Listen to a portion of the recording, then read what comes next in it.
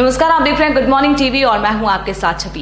शहडोल जिले की जैतपुर तहसील अंतर्गत रस मोहनी ग्राम के टिकुरी में स्थित लैम्प्स में जहां लगभग 50 गांव के 30,000 से भी ज्यादा किसान खाद के लिए निर्भर रहते हैं, लेकिन उन्हें जरूरत के समय खाद नहीं मिलती है और अगर किसी को मिलती भी है तो 1 या 2 बोरी खाद देकर उसे भेज दिया जाता है। लेकिन कोरोना के इस काल में किसान अपनी जान जोखिम में डालकर खाद के लिए यहाँ आते हैं और फिर भी सोशल डिस्टेंसिंग की धज्जियां उड़ाई जाती हैं। ये टिकुरी में स्थित वही लैम्प्स है जहां किसानों को खाद्य स्वरूप कोरोना देने की तैयारी की जाती है। इस भीड़ को देखकर हम अंदाजा लगा सकते हैं कि यहाँ मनमानियां किस तरीके से चल रही हैं और ना तो अधिकारियों का डर है ना ही कोरोना का। खाद यहाँ मशीनों में एक बार आता है, वो खाद शायद 10% किसानों को भी नहीं मिल पाता है। सरकार बड़े बड़े वादे करती है किसानों के हित में, लेकिन असलियत तो ये है कि किसानों को सरकार खाद तक मुहैया नहीं करा पा रही है और किसान सम्मान निधि के तहत जो पैसा दिया गया है उससे किसान बाहर से दुकान से महंगे दाम में खाद खरीद रहे हैं। किसानों के जान से ऐसा खिलवाड़ क्यों चल रहा है? जब हमने ये जानना चाहा तो वहां के एक कर्मचारी का कुछ ऐसा जवाब रहा, सुनिए। रसमोहनी के टिकुरी में स्थित यह सोसाइटी जहां लगभग 50 गांव के 30,000 किसान निर्भर रहते हैं, लेकिन यहां महीने में 300 से 400 बोरियों की खाद की एक खेप आती है। जिसके बाद आप भीड़ देख सकते हैं कि जिले में जिस तरह से कोरोना का काल बढ़ रहा है उसके बावजूद किसान अपनी जान में जोखिम में डालकर किस तरह खाद के लिए यहाँ आते हैं और यहाँ इनको लास्ट में 1 बोरी या 2 बोरी खाद दिया जाता है। आप समझ सकते हैं कि किसी भी किसान के लिए 1 बोरी खाद क्या होता है, लेकिन जिस तरह से यहाँ कोरोना का काल है उसके बावजूद भी किसान यहाँ आस लगाकर आते हैं और अपनी जान को जोखिम में डालकर यहाँ से खाद खरीदते हैं।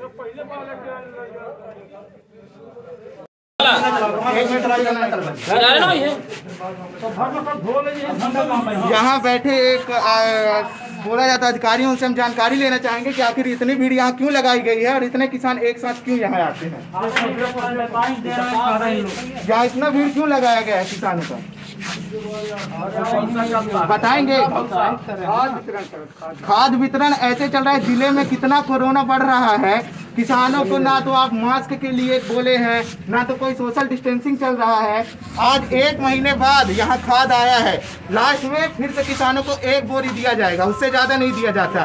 मैं हम 3 बार आ चुके हैं, 3 बार एक बार नहीं पाए। मैं किसानों से भी जानना चाहूंगा कि आखिर बात 3 बार आ चुके हैं। जी बताइए। 3 बार हम आ चुके हैं, तीनों बार खाद नहीं मिला। यहाँ कितने महीने से आप आ रहे हैं? हम 2 महीने से आ रहे हैं। अभी 1 बोरी भी खाद, 1 बोरी यूरिया डीएपी नहीं पाए। 1 बोरी यूरिया डीएपी अभी बता रहे कि हम नहीं पाए हैं। यहाँ पिछले 3 वर्षों से इस क्षेत्र में सूखा पड़ रहा है, उसके बावजूद भी अगर इस साल अच्छी वर्षा हुई है तो लग रहा खादों के अभाव में किसान अपना पूरा जो है खेती या कहें धान की खेती पूरी तरीके से इनकी बर्बाद हो जाएगी और ये कोई हमको जानकारी ही नहीं दे रहे हैं। हम इनसे जानना चाह रहे हैं, आप यहाँ बताएंगे इतनी भीड़ क्यों लगाई गई है, खाद कब आया है यहाँ? पहले भी आया है, पहले कब आया?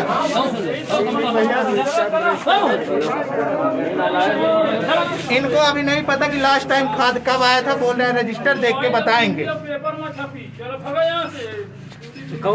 इन सब के बाद हमने वहां लैम्प्स के एक और कर्मचारी से बात की तो उन्होंने कहा किसान रुकने को तैयार ही नहीं है, ना कोई बात मान रहे हैं, कोई 1 मिनट भी रुकना नहीं चाहता। और इन सब के बाद जब हमने उनसे पूछा कि आपका मास्क कहाँ है तो उन्होंने ऐसा जवाब दिया जिसे सुनकर हम सोचने पर मजबूर हो जाएंगे।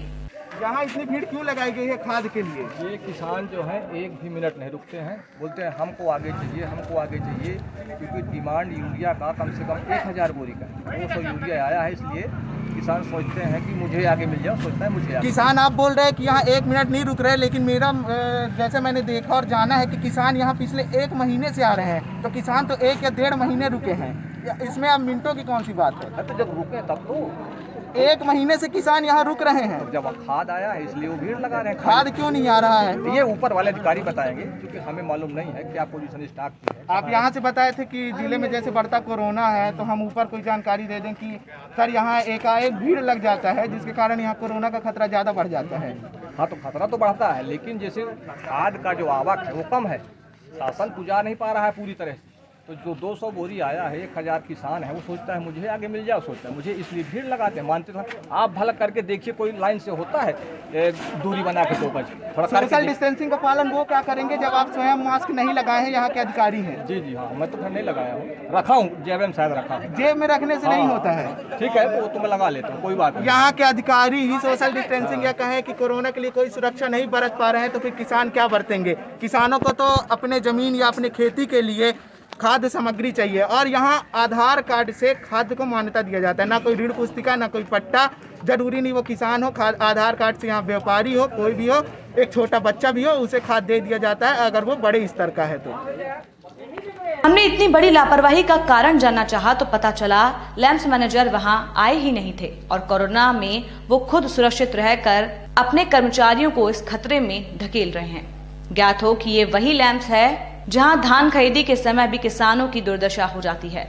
धान पहले यहां बड़े व्यापारियों से ही खरीदा जाता है, और धान के लिए जो बोरियां आती हैं वो भी पहले व्यापारियों को ही दी जाती हैं। और इस बात की शिकायत किसानों ने बड़े अधिकारियों के पास भी की थी, और तहसील के बड़े अधिकारी वहां पहुंचे और गलतियां भी उजागर हुई, लेकिन बाद में कोई कार्रवाई नहीं हुई, और उसके बाद इस लैंप्स में कोई अधिकारी भी नजर नहीं आया। किसानों का आरोप ये भी है कि यहाँ के मैनेजर का कोई कुछ नहीं कर सकता, वो अपने पैसों के बलबूते पे सबको दबा के रखते हैं, और इसलिए किसी भी अधिकारी या कहें प्रशासन का इन्हें कोई डर नहीं है। और जो भी इनकी शिकायत करता है उसे या तो इस लैंप्स में अगली बार परेशान होना पड़ता है या निराशा लिए घर जाना पड़ता है, क्योंकि जब सरकारी अधिकारी ही कुछ नहीं कर पाते तो वो तो एक छोटे से किसान हैं। इस खबर में फिलहाल इतना ही, और भी खबरों के अपडेट्स के लिए आप निरंतर बने रहिए गुड मॉर्निंग टीवी के साथ। गुड मॉर्निंग टीवी को यूट्यूब में सब्सक्राइब करें और बेल आइकॉन भी दबाएं। नमस्कार।